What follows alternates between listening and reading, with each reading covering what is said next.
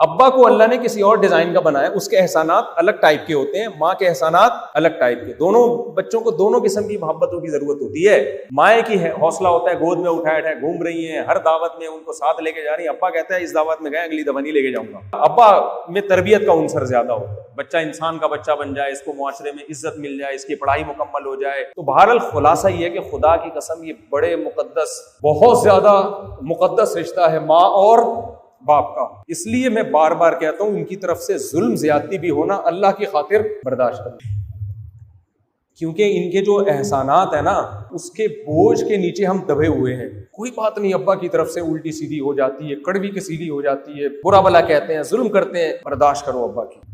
तन्हाई में बैठ के ये कहा करो कि अल्लाह इनके मुझ पर एहसानात इतने हैं कि आज मैं जो कुछ भी हूं किनकी वजह से हूं। बाप बचपन में ईदी सेंटर में जमा करा देता, फिर देखते तुम्हारी क्या इज्जत हो, उसने रखा, उसने पाला।